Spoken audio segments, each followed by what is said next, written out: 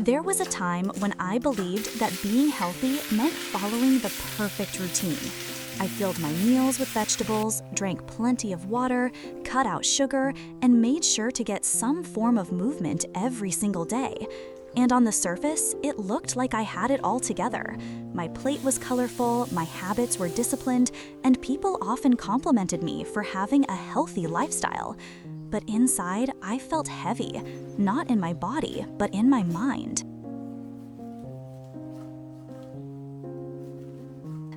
I was constantly criticizing myself for not doing enough. I would feel guilty for missing a workout or eating a piece of bread.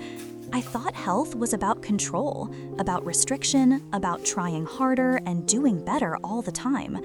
But no one talks about how exhausting that mindset can be, how draining it is to feel like you're never quite there, no matter how hard you try. It took me a long time to realize that health isn't just about what we eat. It's also about what we say to ourselves when no one else is listening. The tone of our inner voice, the weight of our expectations, the pressure we silently carry around every single day. A green smoothie can't undo chronic stress. A clean meal doesn't fix a heart that feels unworthy. Real health, I've learned, starts in the mind. It begins the moment we stop judging ourselves so harshly and start treating ourselves with the same care we offer others. It shows up when we allow ourselves to rest, not because we've earned it, but because we need it.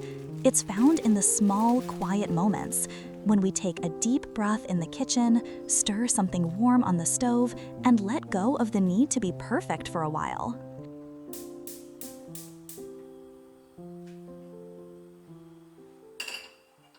When I cook now, I try to be present.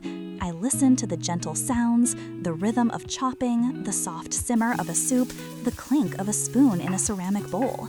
I try to let these simple moments slow me down, remind me that I don't have to rush through life trying to prove something. Sometimes the most nourishing thing we can offer ourselves isn't a perfectly balanced meal, but a little peace, a little stillness, a little forgiveness. Being healthy isn't about living without flaws. It's about living with kindness. Toward our bodies, yes, but also toward our minds, our feelings, our limits. It's choosing rest without guilt. It's knowing that healing isn't a straight line. It's understanding that some days will be hard, and that doesn't make you weak. It just makes you human.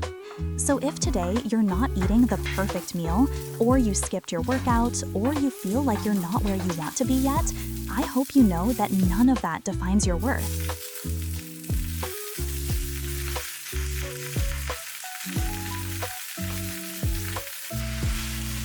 You are still allowed to care for yourself gently. You are still allowed to show up with softness. You are still allowed to call this moment healthy, not because it's perfect, but because you're choosing presence over pressure. And that choice matters more than any superfood ever will.